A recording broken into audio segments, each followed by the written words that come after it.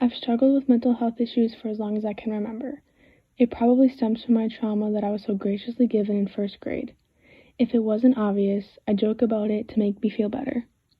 It was easy to push down my feelings because I was always the upbeat, happy kid that could easily make friends. My struggle with self-harm started junior year of high school.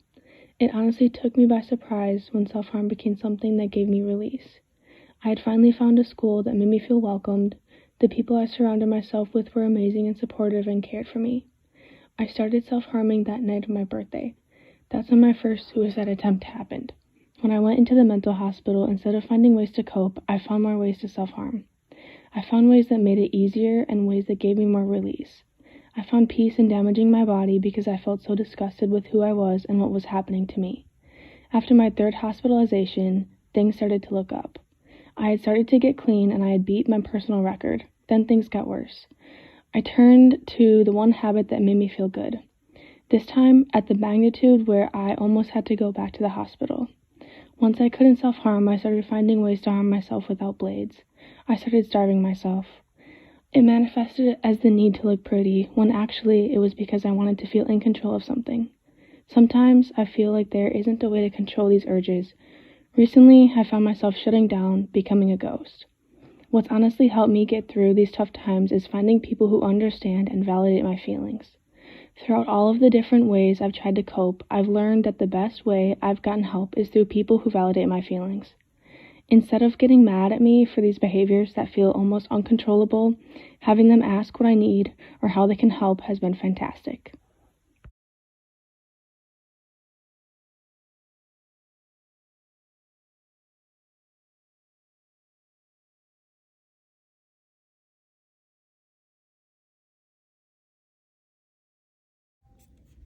I've struggled with self-harm for almost 6 years now, self-harming on and off again.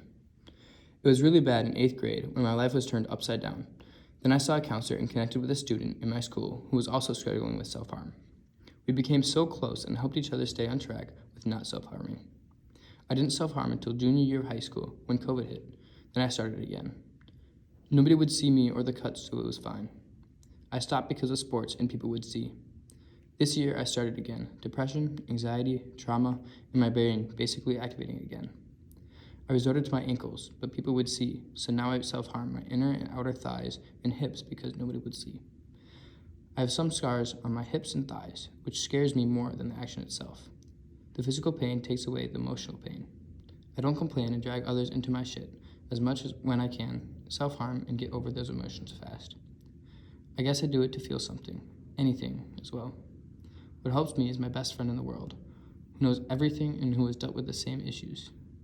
I also look at my scars as a reminder to not self-harm.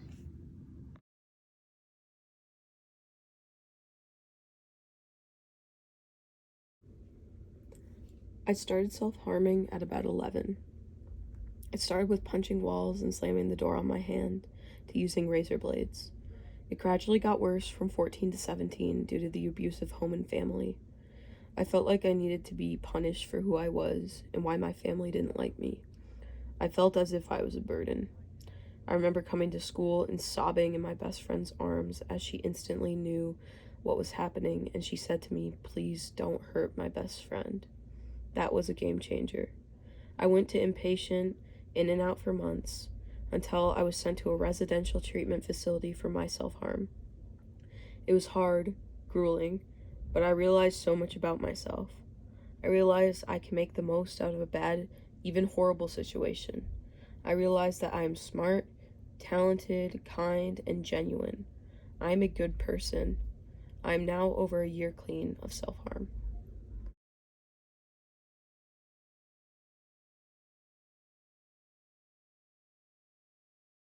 I think for me, the hardest part about struggling with self-harm was the guilt. Personally, I kind of did do it for the attention, but I also didn't want anyone to see. I needed someone to notice that I was not okay and needed help, but I couldn't ask for it. The stigma around self-harm really blocked me from getting that help. I think the best thing for me was someone told me that it was okay, but also helped me to find healthier coping mechanisms for being in a crisis. Most helpful for me was drawing where I wanted to harm or going outside and just kind of laying on the ground. Learning these tips and how to resist the urge to harm without the guilt tripping if I did succumb was ultimately got me to where I am, almost 1 year clean. Self-harming is about crisis management, and the angry reaction from others is understandable, but in my experience is not helpful.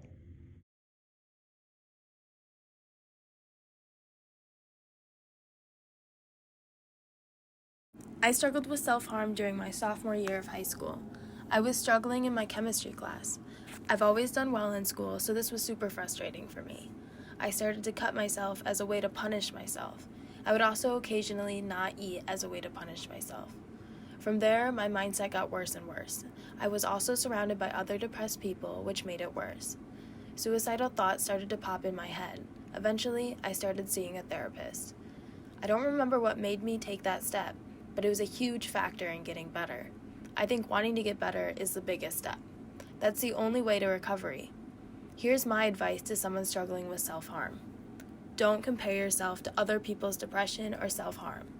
It's easy to slip into the mindset of, I'm not a real self-harmer because I don't do/have XYZ. Do you intentionally cause yourself harm? If you answer yes, then you do have a real and valid issue and you deserve help. Stopping is hard. Self-harm becomes addicting. You might relapse, but that's okay. You can move past it and you will recover. Here's a couple things that helped when I wanted to relapse. Draw on yourself with washable markers and then take a shower to see the colors run off of you. If you are angry at yourself, aggressively make lines on paper with red pen, scream and yell, punching a punching bag. Distract yourself when you feel the urge to self-harm. Call a friend, etc.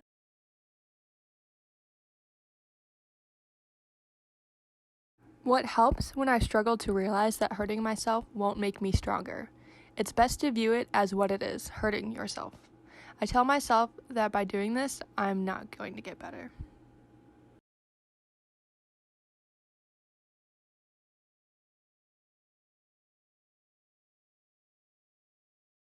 We found out my sister was self-harming when we were at a church retreat together.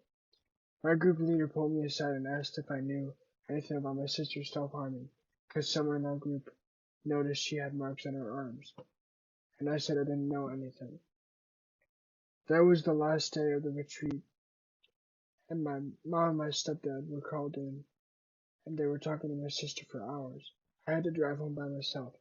I was kind of upset because I had no idea what was happening.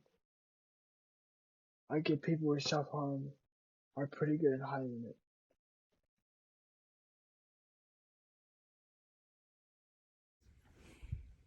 I self-harmed for 2 reasons. As an extension of self-hate, and as a way to tether myself to reality during episodes of disassociation. I haven't figured out a way to fix it yet, but I do better when I'm doing well with my anxiety and depression, and when my meds are working.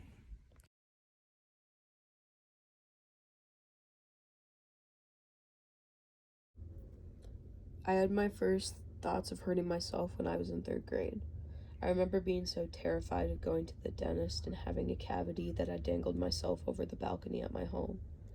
It sounds like a stupid thing to be afraid of now, but to 9-year-old me it was the world. I didn't end up letting go of the balcony, but I remember the fear as I felt my fingers gripping the rails. My harmful thoughts continued throughout elementary school. I would play games in my head similar to someone with OCD. I'd tell myself I had to kill myself if I didn't run up the stairs before my mom closed the door. Things like that. I never actually acted on these thoughts. The closest I remember to obeying them was when I held a knife to my chest, but I didn't actually do anything with it. These thoughts evolved entering middle school. I hated myself and my school. I spent around 4 to 6 hours doing homework every night, and I would punch and hit myself out of anger. 9th grade was when my harmful thoughts took a turn for the worse. I began to hate my body, thinking I was fat, when in reality I was underweight. So I turned to starving myself and throwing up the little food I allowed myself to eat. As the year went on, I became more depressed. I was in an extremely challenging school and held on to so much anger towards myself and my teachers. I started to burn myself out of frustration and self-hate. This progressed into cutting myself in 10th and 11th grade when I was eventually sent to an inpatient facility.